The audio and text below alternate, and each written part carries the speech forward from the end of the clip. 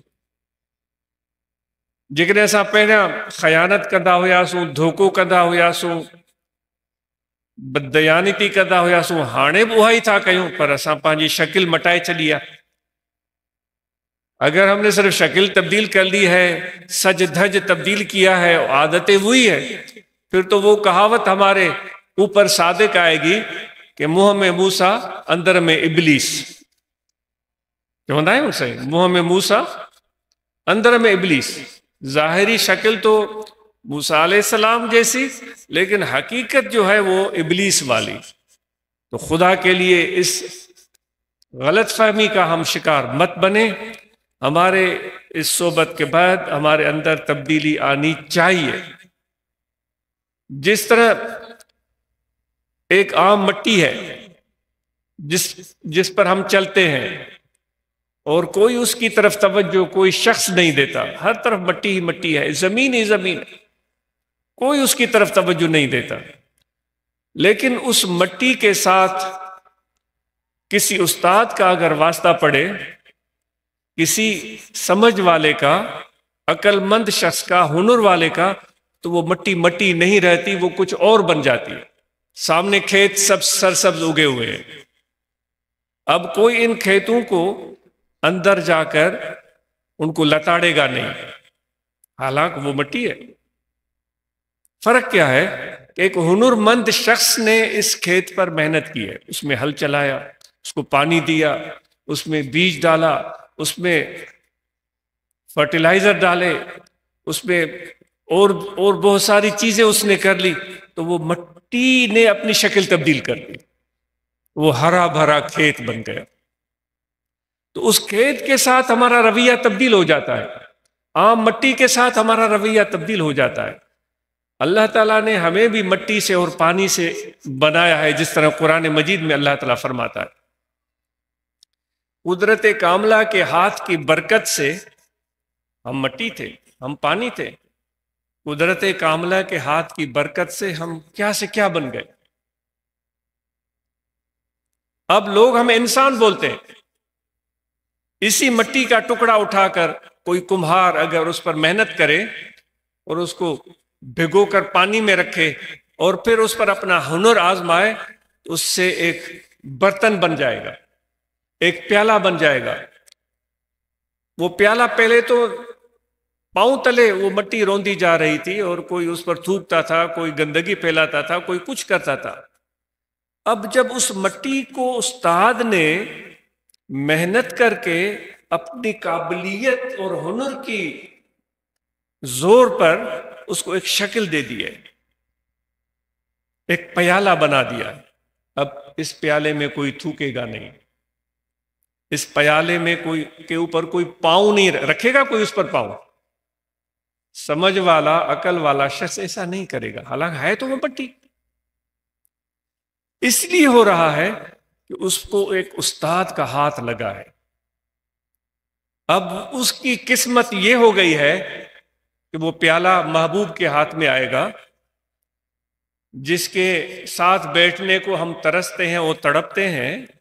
اس کے حسن و جمال کا شہرہ مشرق میں بھی ہے، مغرب میں بھی، شمال میں، جنوب میں، کہ بھائی اس جیسا کوئی حسین نہیں ہے.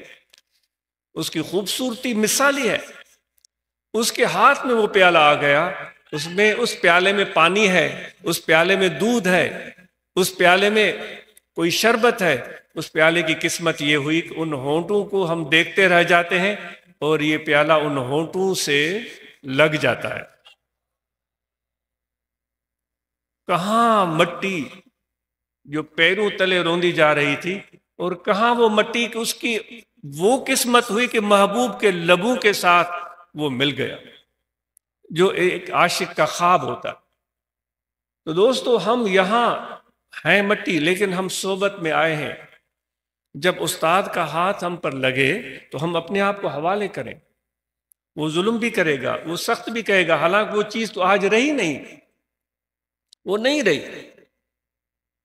وہ مشہور شاعر سندھ کے گزرے ہیں بختہ، تو وہ کہتے ہیں کہ بھائی جو حضور علیہ السلام معراج پر تشریف لے گئے تھے تو انہوں نے اپنے پاؤں میں ایک جوتی پہن رکھی تھی، جوتی مبارکہ.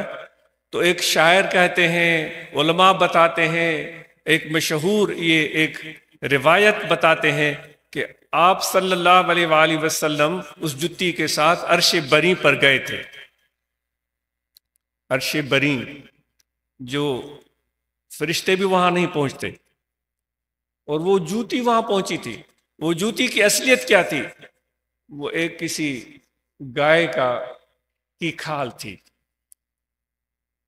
تو وہاں تک پہنچنے میں اس سے کسی نے سوال کیا کہ یہ تمہارا شان، ایک تو حضور علیہ السلام کے پاؤں میں تمہیں ملنا نصیب ہوا، پھر عرش تک گئی، یہ قسمت کیسے بدلی؟ اس نے کہا میں تو ایک گائے کی کھال تھی، ایک کسائی کے ہتھے چڑھی، اس نے مجھ پر تکبیر پڑھی اور مجھے ذبح کیا. اب دیکھو اس سے زیادہ تکلیف کیا ہو سکتی ہے؟ ایک جانور پر چھری پھیرے تکلیف دہ چیز ہے. اس کھال نے کہا کہ یہ تکلیف میں نے برداشت کی. پھر میں کسی رنگ ریز کے ہتھے چڑھی، اس نے مجھے بھگوئے رکھا، اس پر مسالے لگائے، محنتیں کی، مجھے کوٹتا رہا، بناتا رہا، اور پھر یہ سارے مرحلے، پھر میں ایک چمڑا بن گئی. پھر میں موچی کے ہتھے چڑھی، موچی نے میرے اوپر اپنا ہنر آزمایا، سوئیاں چبھوئیں، کبھی متر کے مارے، کبھی کچھ کیا، لیکن میں چپ کر کے سب چیزیں برداشت کرتی رہی. پھر میری ایک شکل جتی کی سی بن گئی، پھر میں بازار میں پہنچی، پھر کسی نے مجھے خریدا، پھر اس نے تحفہ حضور علیہ السلام کی خدمت میں پیش کیا. جب اتنی تکلیفیں میں نے برداشت کی تب میں محبوب کے پاؤں تک پہنچی. تو آج ہم پر تو کوئی تکلیف ہوتی نہیں، آتے ہیں 15-20 منٹ کے لیے، گھنٹے کے لیے گھڑی دیکھ رہے ہوتے ہیں کہ بھائی ہماری گاڑی جانے والی ہے، کچھ بھی نہیں ہے، اور ہم کہتے ہیں کہ ہم بہت کچھ بن جائیں. تو پہلے تو بھائی اپنے آپ کے اندر یہ وسعت اور ہمت پیدا کرنی چاہیے ہم سب کو کہ ہم کچھ بننا چاہتے ہیں تو پھر کچھ ستم برداشت کرنا پڑے گا، تکلیف برداشت کرنی پڑے گی، اس کے بغیر فائدہ نہیں ہوتا. اور اس کے لیے آپ کو ذکر کی تلقین کی جاتی ہے، جو نقشبندی سلسلے میں بڑا سہل کام ہے کہ بس ہمیشہ توجہ رکھیں، اللہ اللہ اللہ اللہ. مرشد کو اپنے دل کا کعبہ بنا لیں، تصور اس کا اپنے دل میں رکھیں اور ذکر کریں، اللہ اللہ اللہ اللہ اللہ. تو یہ ایک آسان سی مشق آپ کو بتائی جاتی ہے. پھر یہ کہا جاتا ہے اپنے حلقہ احباب میں دوستوں کو دعوت دیں، جو ابھی دوست آپ کو بتا رہے تھے. حسن ماہ شعبان کا چاند نظر آ چکا ہے، رمضان المبارک کی آمد ہے. یہ بابرکت مہینہ جس کے ساتھ قرآن مجید کا خاص تعلق ہے، جس کا ذکر قرآن مجید میں آیا ہے، جس کی عظمت کو حضور علیہ السلام نے بیان فرمایا ہے. تو اس بابرکت مہینے میں ہم کوشش کریں کہ جتنا ذکر زیادہ کر سکیں، جن کو توفیق ہو وہ اعتکاف کریں، یہ حضور علیہ الصلوۃ والسلام کی سنت ہے، اور جن کو توفیق ہو وہ قرآن مجید، جنہوں نے نہیں پڑھا ہوا ہے قرآن مجید پڑھیں، جنہوں نے قرآن مجید پڑھا ہوا ہے وہ تجوید سیکھیں۔ علماء کو گزارش ہے کہ اپنے اپنے مراکز میں اس طرح کا اہتمام کریں کہ ہمارے دوست قرآن مجید پڑھ سکیں، ہمارے دوست قرآن مجید کی تجوید سیکھ سکیں، اور کچھ آیات کا ترجمہ، کچھ احادیث یاد کر سکیں، اور کچھ اور بھی ذکر کی فضیلت سیکھ سکیں، صحبت صالحین کے جو ضرورت ہے حضور قرآن و حدیث وہ سیکھ سکیں، تاکہ اس پیغام کو اور لوگوں تک پہنچانے میں ان کو آسانی ہو۔ تو یہ رمضان مہینے میں علماء نے اس کام کو سر انجام دینا ہے۔ ابھی دوست مثالی برانچز کا ذکر کر رہے تھے، تو ان دوستوں سے گزارش ہے کہ مثالی برانچز کی جو اہم خصوصیات ہیں وہ 5 ہوں، 7 ہوں یا 10 ہوں، وہ متعین کر لیں۔ ان کی صوبائی باڈی یا ان کی مرکزی باڈی وہ متعین کر لے کہ مثالی برانچز کی آپ نے کی ہوں گی، لیکن ایک ضمناً خیال آیا وہ پوائنٹس متعین کر لیں کہ یہ 10 ہیں یا 8 ہیں، یہ اتنے نکات ہیں، تو وہ چیزیں، وہ خصوصیات اس برانچ میں موجود ہونی چاہیے، اور بار بار دوستوں کے سامنے ان خصوصیات کو بیان کریں تاکہ دوستوں کے ذہن میں وہ چیز آ سکے۔ صحت اور سلامتی کے حوالے سے ہم سب واک کریں۔ ہمیشہ عرض کی جاتی ہے کہ 40 منٹ کی تو کم از کم واک ہونی چاہیے، اس طرح تیز چلیں کہ ہلکا سا پسینہ آ جائے، اور پھر ہم ایسی چیزوں کو کھانے سے بچیں جس سے ہماری صحت کا نقصان ہو، اس طرح کی چیزوں سے ہم بچیں۔